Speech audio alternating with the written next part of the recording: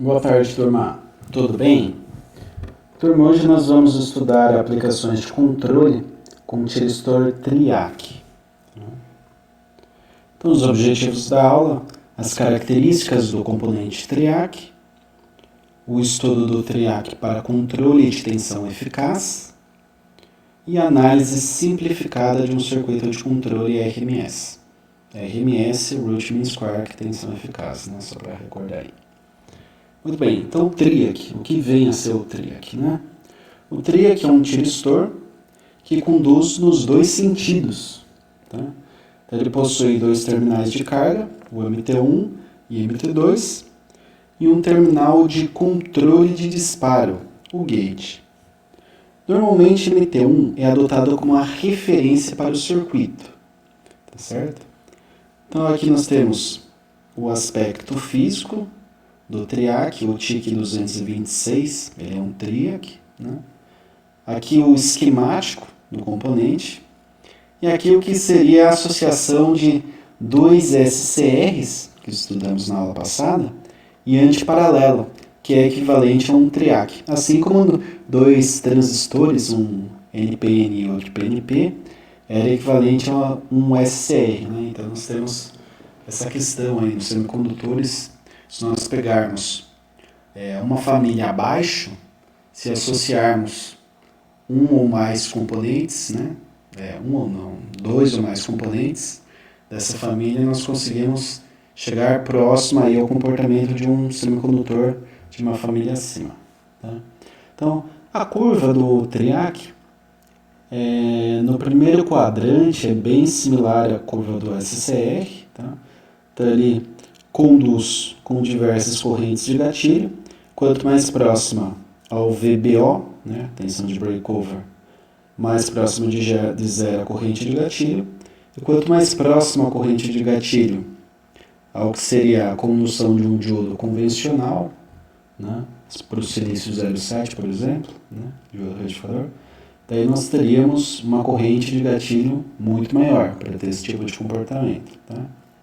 Corrente de manutenção aqui, né, especificada. Só que o que nós temos no primeiro quadrante, temos um espelho no terceiro quadrante, com a diferença aqui. A corrente no terminal 2, né, que é esse carinha aqui, ela se torna negativa no terceiro quadrante, no primeiro ela é positiva, e a tensão de terminal 2 para terminal 1, que era positiva no primeiro quadrante, também se torna negativa. Certo? Muito bem, então com relação à polarização do componente, nós temos aqui a tensão VT2, T1, né, que seria terminal 2 para terminal 1, a tensão do gatilho com relação ao terminal 1, que é esse daqui, né, dado pela seta, gatilho terminal 1, que gera uma corrente de terminal 2, tá? Então, essa tensão positiva gera uma corrente nesse sentido, que é uma corrente positiva. Quando eu tenho uma tensão no gatilho, com relação a MT1, também positiva. Tá? Ou seja, operando no primeiro quadrante. Se eu estiver operando com tensão negativa, né, do terminal 2 com relação ao terminal 1, é necessário uma tensão negativa também, de gatilho com relação a MT1, para que surja uma corrente no sentido oposto, né? De MT1 agora para MT2. Ou seja, corrente laranjinha, operação no terceiro quadrante. Corrente vermelhinha, operação no primeiro quadrante. Aqui nós temos as formas de disparo, são 4 formas, né? Então, primeira forma aí, né? Essas duas aqui são as mais convencionais, tá? Então, a primeira forma é tensão no gatilho positiva, injeção de corrente positiva, e tensão no terminal 2 com injeção de corrente também positiva. Então, positiva para tensão e corrente no terminal 2, positiva para tensão e corrente no gatilho. É o ponto, né, melhor de operação do nosso TRIAC, onde ele tem melhor sensibilidade. E aqui nós temos corrente saindo do gatilho com tensão negativa de gatilho e corrente saindo do terminal 2, indo para a fonte também negativa. É o ponto onde nós temos uma sensibilidade boa também, né, para a condução. Por isso que o triac normalmente opera dessas duas formas. Porque tem um fluxo de corrente que seria do semiciclo positivo e um fluxo de corrente que seria do semiciclo negativo. Tá certo? Aqui nós temos o seguinte, tensão de gatilho positiva injetando corrente. E aqui uma tensão de carga negativa retirando a corrente, né, do terminal 2, que é a nossa referência, né, circulação de corrente de carga. E nesse caso aqui, ó, nós temos tensão positiva no gatilho, retirando corrente, e tensão de carga negativa, injetando corrente no terminal 2. Então são duas formas cuja sensibilidade é muito baixa, portanto não se trabalha tanto, né, com essas configurações. Exige uma corrente de gatilho muito alta para processar a mesma energia de carga. Então, não tem por que eu gastar mais energia para processar a mesma energia que eu gastaria se eu operasse com o formato AB. Entendeu? Aqui nós temos o formato CD, né, de disparo. Então, não tem nexo. Por isso que utiliza-se muito mais o AB. E outras diferenças, né, do triac com relação ao SCR, as principais, né? São algumas diferenças aí. O triac é um único componente e necessita de dissipador. Óbvio, né? Se eu tenho um componente para processar uma corrente que aqui viria por dois outros componentes, né, estaria sendo dividida, eu tenho que ter um elemento dissipador, porque ele vai processar duas vezes o que nós teremos aqui, para cada componente. Né?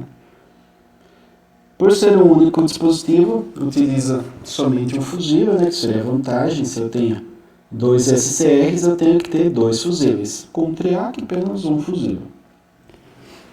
Pode ser disparado de 4 modos, mas nós já vimos, né, nos slides anteriores que apenas 2 são os mais viáveis. E o circuito de disparo deve ser projetado corretamente, pois se o sinal de pulso de disparo for muito longo, longo aqui seria largo, tá, na realidade, pode ocorrer perda de controle, pelo fato de o triac conduzir nos dois sentidos. Isso quer dizer o seguinte, né, vou disparar, por exemplo, em 30 graus, semiciclo positivo. Tá?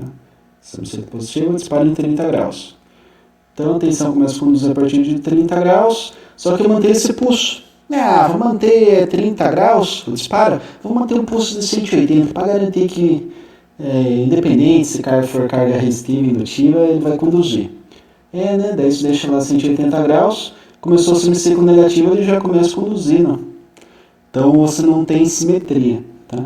Para não ter esse problema de simetria, utiliza-se pulsos mais curtos, né? A não sei que seja carga muito indutiva, mas tem que ser uma largura bem controlada para não ter problema de assimetria no circuito.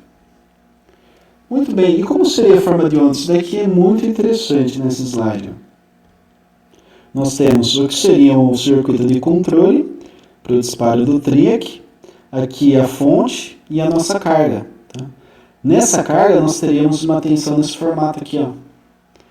Então eu disparo o triac num 30 graus, por exemplo, né, conforme eu citei anteriormente, em vez dele começar aqui em 0, ele começa em 30 graus.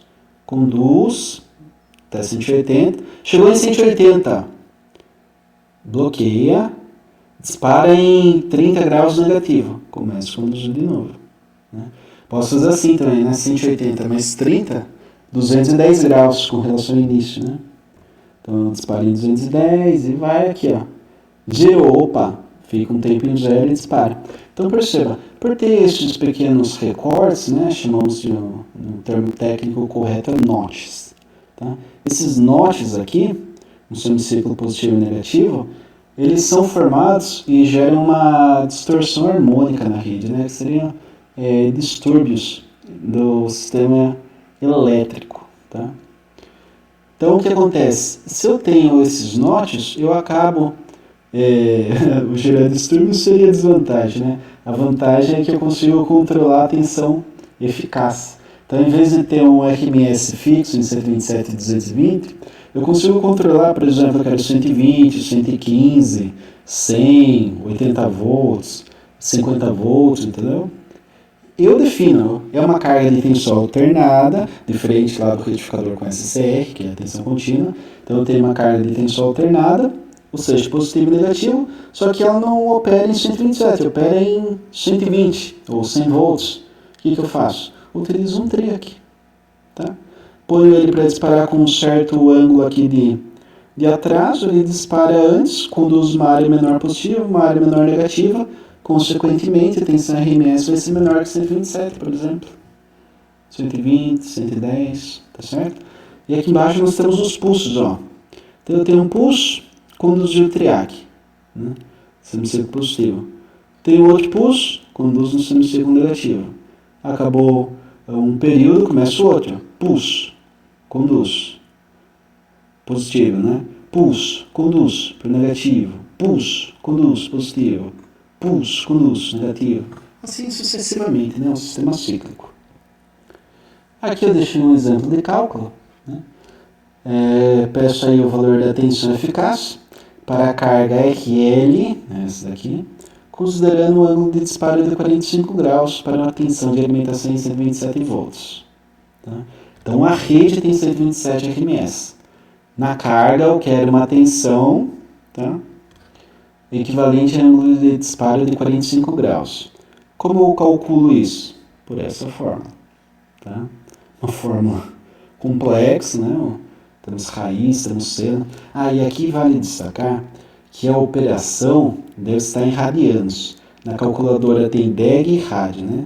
Deixa a calculadora em RAD, tá? Para não ter erro aqui. Porque nós temos π, né? Se tem π, a gente tem que trabalhar em radianos.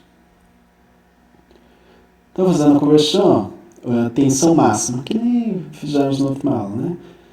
Raiz de 2 vezes o RMS, a rede é 127, raiz de 2 vezes 127 dá 179,6 volts. Muito bem, agora basta substituir os dados, né? Esse θF é o ângulo de disparo, vale quanto? 45 graus. 45 graus em radianos, né? Pensa assim, 2π para 360. Dividido por 2, dá 180, né? Então 180 equivale a π. Se eu dividir por 2 de novo, tenho π sobre 2, equivalente a 180 dividido por 2, que é 90 graus. Tá? Se eu dividir 90 graus por 2, dá 45. Tá? Só que 90 era π sobre 2. Se eu dividir π sobre 2 por 2, dá π sobre 4. Então 45 graus em radianos é π sobre 4. Então substituo no lugar do θ, π sobre 4, π sobre 4. No lugar do θF, né, ângulo de fase. Fazendo essa substituição, faço o cálculo, né, ó, essa diferença aqui, π menos π sobre 4 dá 3π sobre 4. Seno de 2 vezes π sobre 4 é seno de π sobre 2, que é a mesma coisa que o seno de 90 graus, que dá 1. Né? Então dá 1, dividido por 2. Fazendo essa continha, nós temos que a tensão RMS é 121,09. Tá? Então a tensão RMS da carga, ela é, perceba, menor que o 127 que nós temos disponível na rede.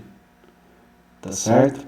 Então é sempre assim, eu tenho uma tensão disponível de rede e a tensão que eu vou ter na carga é essa tensão, se o ângulo de disparo for 0 graus, ou menor, dependendo do ângulo que eu tenho disponível. Certo? Bom, turma, por hoje é isso. Eu espero que todos tenham compreendido aí o conceito, né, da operação com triac. E faremos da mesma forma que foi feito na semana passada. Eu trarei aqui uma lista de exercícios no Microsoft Teams. Entre a segunda e a terceira aula, dou um prazo para vocês finalizarem, né? Aí pelo menos uns 3, 4 dias, uma semana no máximo, né? Para não ficar muito extenso as atividades, o prazo das atividades. E é isso, qualquer dúvida eu vou estar no chat disponível, espero que todos tenham compreendido bem o conteúdo da aula. E até a próxima!